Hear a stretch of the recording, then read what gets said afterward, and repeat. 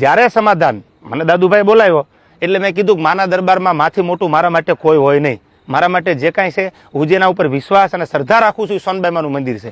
એટલે મેં માફી માંગી લીધી. નો ડાઉટ વાત પૂરી થઈ ગઈ. ત્યાર પછી એવું બોલ્યો કે સમાધાન પછી આ ભાઈએ ચાળા કર્યા છે. એક પણ ચાળાનો વિડીયો બતાવી દે, ઓડિયો બતાવી દે તો હું માનું કે તું સાચો છો. દૂધનું દૂધ અને પાણીનું પાણી આ બધોય જવાબ સાંભળનારા 18 વરણે આપી દીધો છે. મને તો એટલું યાદ આવે કે સોનબાઈમાના સાનિધ્યમાં સમાધાન થયા પછી આ વસ્તુ જે બની ખોટી છે, જે કરવું હોય એ વેલકમ. જય માતાજી. જય માતાજી, જય સોનબાઈમાં. હું છું દેવાયત ખવડ. હમણાં જ મેં ચાલી રહેલા વિવાદનો એક વિડીયો પાછો બીજો મારી સામે આવ્યો અને મેં સાંભળ્યો એટલે મને એવું લાગ્યું કે મારે જવાબ દેવો બહુ જરૂરી છે.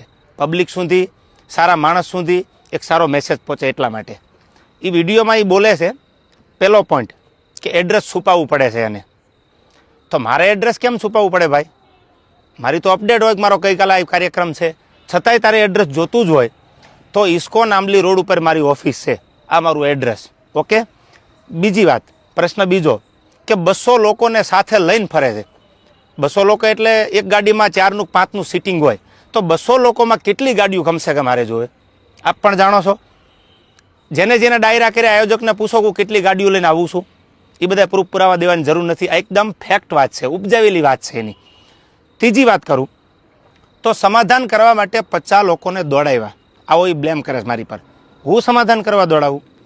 તું એવડી મોટી કોઈ તોપ નથી તો હું સમાધાન કરવા માટે 50 લોકોને દોડતા. ઓથેન્ટિક પુરાવો કે તે જ્યારે આ બનાવ બન્યો 2 વર્ષ પહેલાં સોનબાઈમાના મંદિરે જ્યારે સમાધાન કરવાનું હતું ત્યારે પ્રવીણદાન ગઢવી એટલે કે મોગલ સેનાના પ્રમુખ, મને ફોન આવ્યો પહેલો દીપકભાઈ કાઠીનો અમદાવાદ કે પ્રવીણદાનને કામ છે. પ્રવીણદાનને કોન્ફરન્સમાં લીધા અને મને પ્રવીણદાને કીધું કે કોઈ પણ રીતે આ મામલો પતાવવાનો છે, તમે પ્લીઝ.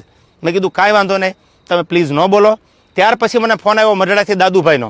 દાદુભાઈએ કીધું કે તમારે સોનબાઈમાના મંદિરે આવવાનું છે. એટલે મેં કીધું કે આવું ખરો પણ માફી નહીં માગું. તો દાદુભાઈએ કીધું કે માફી માંગવા બોલાવાના નથી. આ વાત થયા પછી હું મઢડા સોનબાઈમાના મંદિરે રાજકોટથી જવા તૈયાર થયો. એટલે તું એવી કોઈ મોટી તોપ નથી કે મારે સમાધાન માટે 50 લોકોને તારી પાછળ દોડાવવા પડે. મારે બહુ જાજી વાત કરવી નથી કારણ કે પબ્લિક પાસે, ઓડિયન્સ પાસે એટલો બધો સમય નથી આ ફાલતુ વાતું સાંભળવાનો. પણ મારે પ્રૂફ આપવું એ મારા માટે અગત્યનું જરૂર લાગ્યું. મારો કિંમતી સમય સાહિત્યમાં મારા જે પ્રેક્ષકો છે એને સારી વાતું સંભળાવવામાં કે સાહિત્યની 2 વાતું નવી આપવામાં છે. એટલે મને આ બધી ફાલતુ વાતોમાં એટલો બધો ઇન્ટરેસ્ટ નથી. રહી વાત બીજી સંસ્કારની, તો સંસ્કારની વાત રહેવા દે ભાઈ. બધાના સંસ્કારની બધાને ખબર છે. જે મુઠ્ઠી બાંધેલી છે એને ઉઘાડી ન કર, ઉઘાડી હવા ખાય. એટલે આ બધી વાત છોડી દે.